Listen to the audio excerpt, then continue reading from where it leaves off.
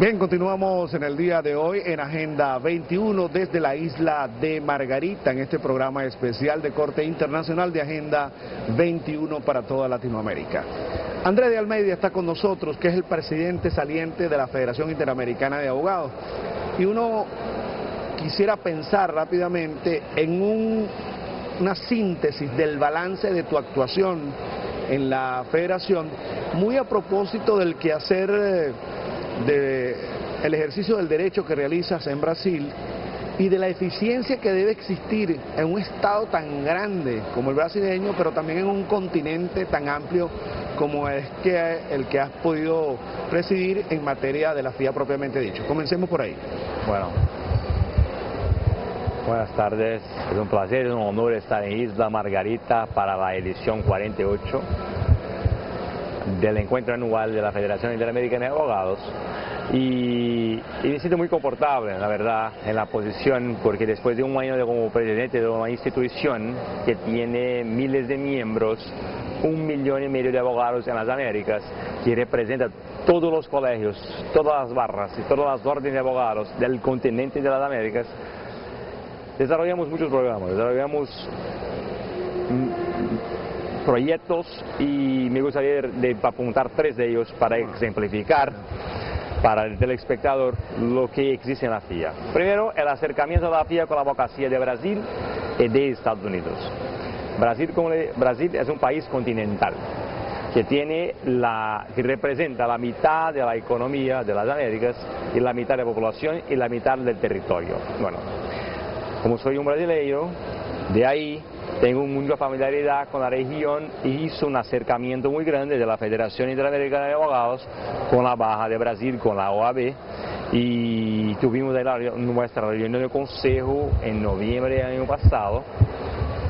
Y con entonces muchos miembros de la Federación, de la FIA, de otros países pudieran mirar los ejemplos legales, judiciales, sociales que tenemos en Brasil para aprender, para criticar, para muchas veces hacer lo mismo en sus países.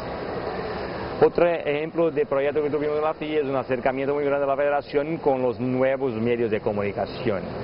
Tenemos más miembros de la FIA que participan de la institución por la internet y por todos los medios de comunicación que existen que en las conferencias, lo que es normal.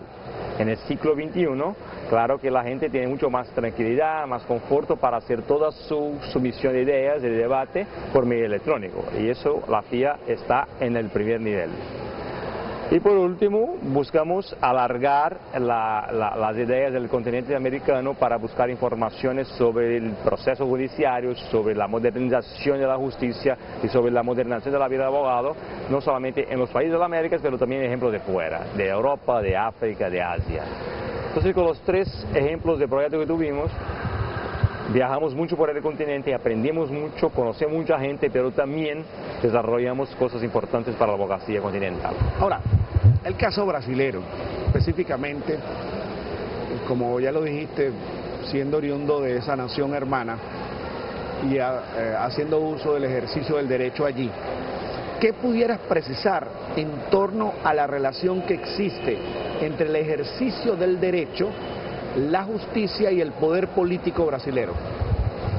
Bueno, lo que pasa en Brasil, bueno, yo soy de Brasil y estamos ahí, sin duda lo que pasa en Brasil es que, en mi impresión personal, no es una impresión de la FIA, es mi impresión del presidente de la FIA, hay un desarrollo, una independencia del poder judiciario muy diferente de otros países en las Américas. Y no me gustaría apuntar ningún país específicamente, pero sin duda en Brasil la situación es que el poder judiciario es completamente independiente, tiene sus problemas, claro, como tiene en todos los sitios, pero es un poder independiente. Y el poder ejecutivo también es independiente y el legislativo también. Entonces tenemos lo que Montesquieu creyó como checks and balances, que es la perfecta armonización de los poderes. Bueno, un poder que tiene el poder ejecutivo, que hace sus proyectos y sus trabajos ejecutivos y administrativos, y el judiciario, que es el pie de la balanza. Decía el escritor inglés James Joly en alguna referencia bibliográfica que podemos hacer en esta conversación, muy a propósito del comentario que haces de Montesquieu, en alguna conversación que pudiera ser de imagen onírica, de sueño, entre Montesquieu y Maquiavelo, siempre hay una dificultad de tipo ideológica, de accionar propiamente dicho. En Brasil, ¿crees que la presidenta Dilma Rousseff ha permitido, ha fortalecido ese accionar jurídico, ha implementado alguna acción y nos las pudieras precisar en función de esa dirección? Creo que no, porque la presidenta Dilma empezó hace solamente 6 meses en la presidencia de Brasil. No tuve tiempo de demostrar lo que va a hacer, tiene sus proyectos, sus ideas, pero no empezó todavía.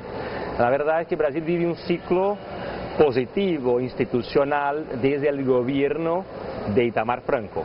Bueno, año 89, Fernando Collor de Mello fue electo de Brasil y sufrió un impeachment en el año 1992. Ahí hubo una ruptura institucional muy fuerte y su vicepresidente Itamar Franco empezó lo que vivimos hoy en Brasil, que es una transición y un proyecto de país. Primero, los brasileños tenían un consenso para trabajar contra la inflación. Hicimos esto. Después, el segundo presidente, el Fernando Henrique Cardoso, tuvo una impresión que debía reformar el Estado, modernizar el Estado, privatizar las empresas. Hicimos esto. Después venido el gobierno Lula, que con su discurso permitió que mucha gente económicamente se desarrollase y pudiese comprar cosas. Hicimos esto. El gobierno de Dilma Rousseff, que empieza ahora, tiene también un seguimiento de lo que fue el gobierno de Itamar Franco, Cardoso, Lula. Entonces con eso tenemos ahí más de 20 años de tranquilidad institucional, de cambio presidencial y de respeto a las reglas institucionales. Y eso es el punto positivo de Brasil, que es un Estado que tiene la alternancia de poderes, que se observa la ley y que los presidentes no destruyen lo que el otro hizo, pero buscan eso para construir más y más y más. Una política de Estado, pudiera decirse. Hay una idea de Estado, no del presidente, pero de la sociedad de Brasil, que los presidentes implementan. Ahora,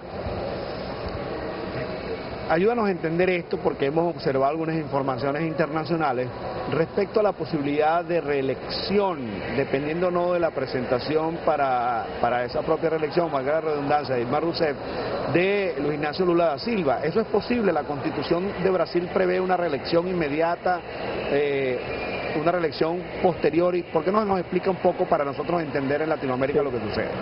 Bueno, la Constitución de Brasil permite, sin sombra de dudas, que cualquier presidente que salió del cargo de presidente vuelva democráticamente después si electo.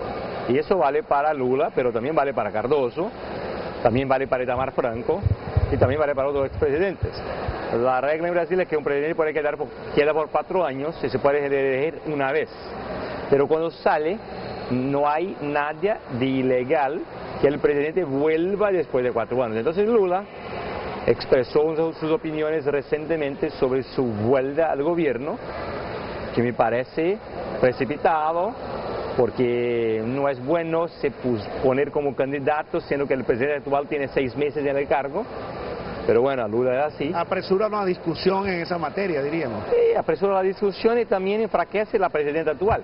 Tengo que hacer un corte, Andrés, pero al regreso quisiera que abordáramos temas de los inmigrantes brasileños en otros países, en el caso específico de Estados Unidos, y los que llegan por la frontera extensa del Brasil, de toda América a ese país. Ya regresamos en Agenda 21 del día de hoy.